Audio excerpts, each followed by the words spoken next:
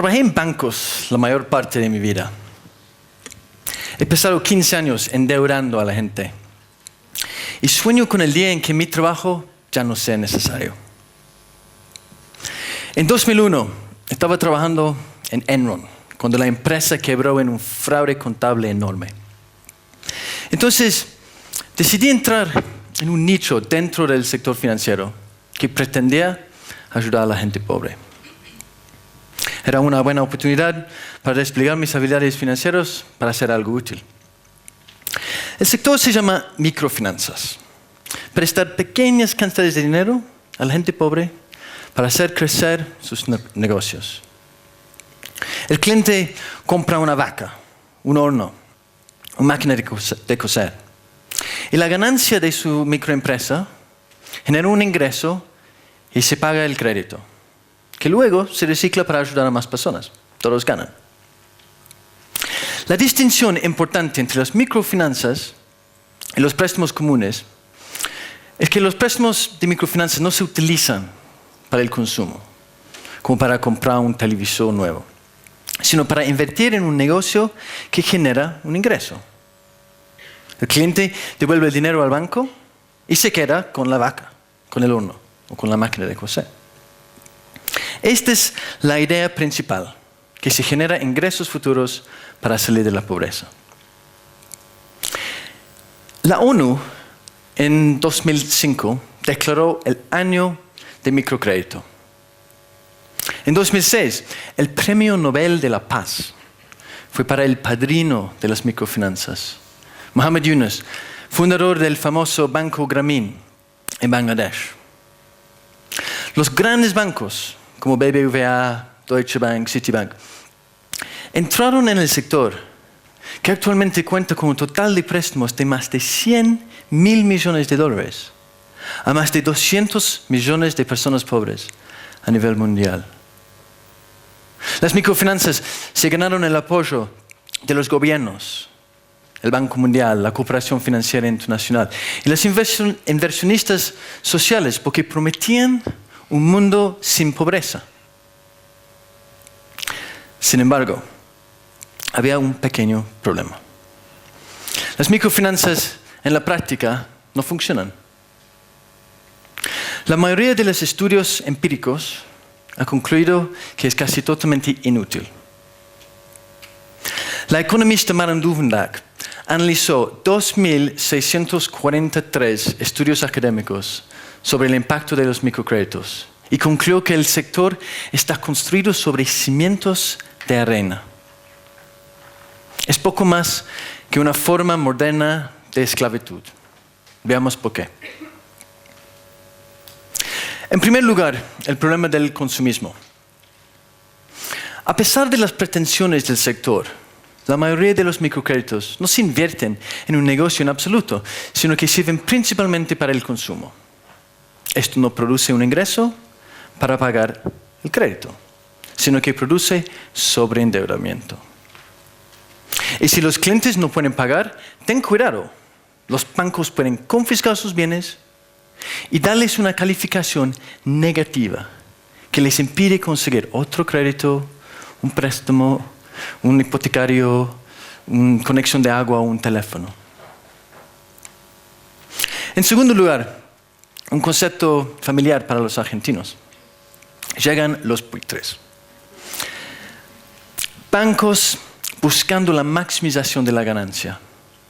Cobran habitualmente tasas de interés de más de 100% al año a las personas más pobres del mundo. Tasas mayores de 200% en África y en México. Son normales.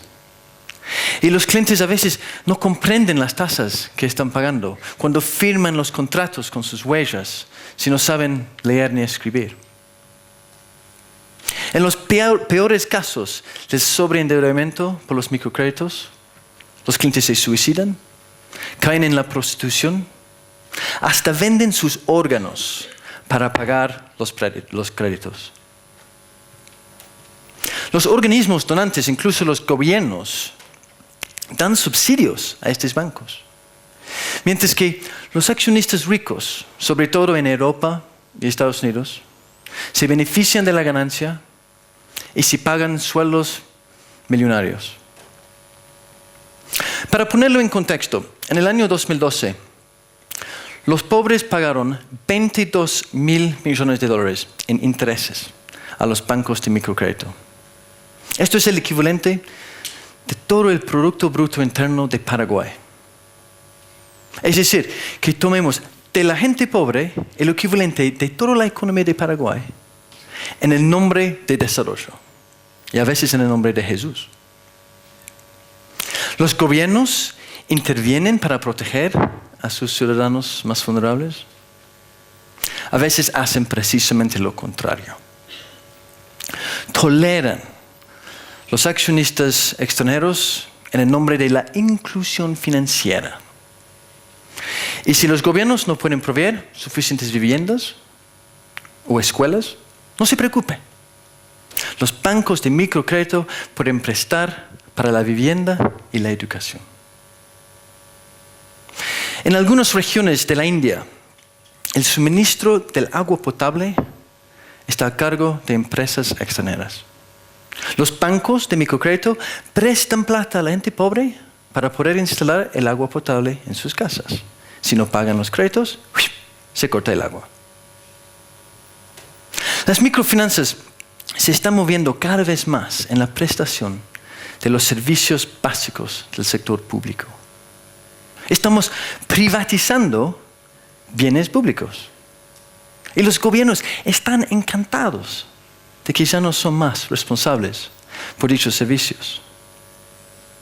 ¿No es eso lo que el Occidente les dice que hagan? Liberar sus mercados, promover el desarrollo del sector privado. Pero por último, tal vez la contradicción más fundamental de las microfinanzas. Mientras que los países ricos buscan reducir sus sectores informales, eliminar el trabajo infantil, reducir la cantidad de efectivo en circulación y formalizar el empleo, estos mismos países estimulan a las naciones más pobres para hacer precisamente lo contrario. El crecimiento de sus sectores informales con microcrédito. Incluso el Banco Interamericano de Desarrollo sugirió que la prevalencia de la microempresa en América Latina no es un señal del éxito, sino del fracaso. Entonces, ¿qué hacer ante toda esta evidencia? En 2008, estaba trabajando por uno de los fondos de inversiones más grandes del sector microfinanciero. Estos fondos son como la fuente principal de capital para los bancos de microcrédito. Detecté un fraude gigante en la empresa que causó mucho daño a miles y miles de pobres mujeres africanas, pero era muy rentable para la empresa. En lugar de corregirlo, mis jefes intentaron silenciarme y luego intentaron despedirme. Ahí fue cuando me di cuenta que no es simplemente unos bancos malos que están perjudicando a los pobres, sino un sector diseñado para explotar a la gente pobre. Quise usar mis habilidades financieras para ayudar a los pobres, pero fallé. La opción más obvia fue dejar el sector, como hicieron ya muchas personas. Pero yo opté por una estrategia un poco más arriesgada y me convertí en un denunciante. Al principio filtré historias y datos a blogs y a periodistas, incluyendo un artículo famoso para el New York Times. Por años nadie sabía que yo era el informante. Hasta que escribí un libro, una confesión en cuanto al fraude de que fui testigo. Cómo lo hicimos, cómo lo encubrimos, con conversaciones grabadas en secreto, sin ningún intento de ocultar la identidad de los culpables. Y sobre todo, cómo escondíamos las tasas reales de intereses que se cobra a las personas, a los pobres. Varias personas fueron despedidas, incluso algunos directores de muy alto nivel, y poco a poco los reguladores comenzaron a despertar a la urgente necesidad de regular sus sectores financieros de manera justa. Holanda fue uno de los países principales de inversiones en microfinanzas.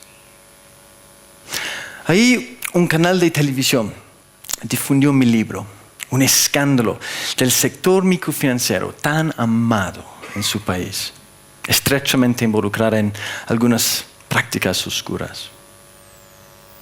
También era una buena excusa para los periodistas para venir a Bariloche, pero el documental fue polémico porque la embajadora holandesa de las microfinanzas no era otra que la entonces princesa Máxima, la esposa argentina del príncipe de la corona y actualmente reina de los Países Bajos.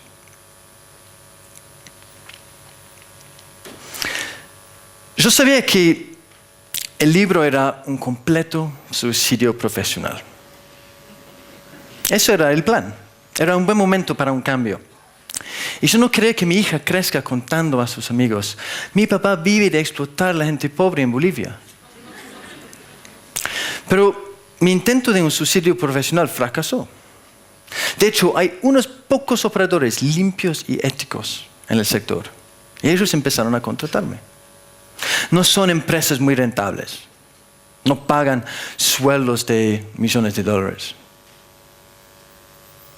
Pero no prestan para el consumo, sino para promover microempresas viables. No cobran tasas de intereses altísimas. Intentan pasar a sus clientes al sector formal. Estos son mis clientes hoy en día.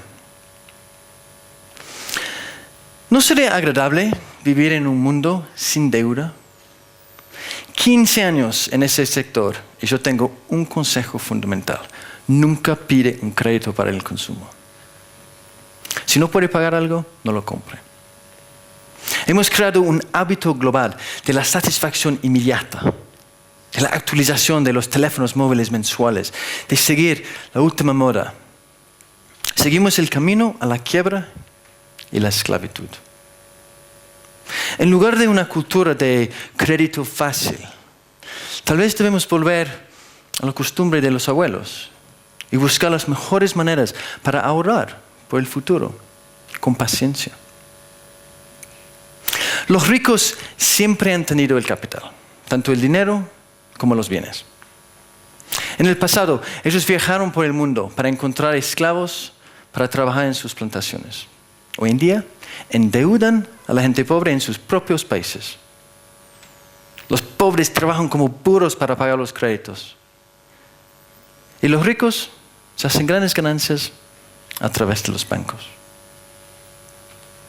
Nos convencen que el acceso a crédito es un derecho humano. ¿Es el sobreendeudamiento también un derecho humano? Se nos dice que una tarjeta de crédito de oro es un símbolo de estatus. Yo creo que es un símbolo de la estupidez. Los gobiernos tienen que regular sus sectores financieros fuertemente y proteger a sus ciudadanos más pobres de los bancos. La provisión de salud, educación, el agua potable son funciones básicas del gobierno. No se puede permitir que el movimiento neoliberal de las microfinanzas se reemplace lo que debe ser responsabilidad social del gobierno. La definición original de la libertad era ser libre de deuda. Tal vez los países occidentales deberían preguntarse qué tan libres son sus propios ciudadanos en la realidad, en lugar de endeudar a los demás. Gracias.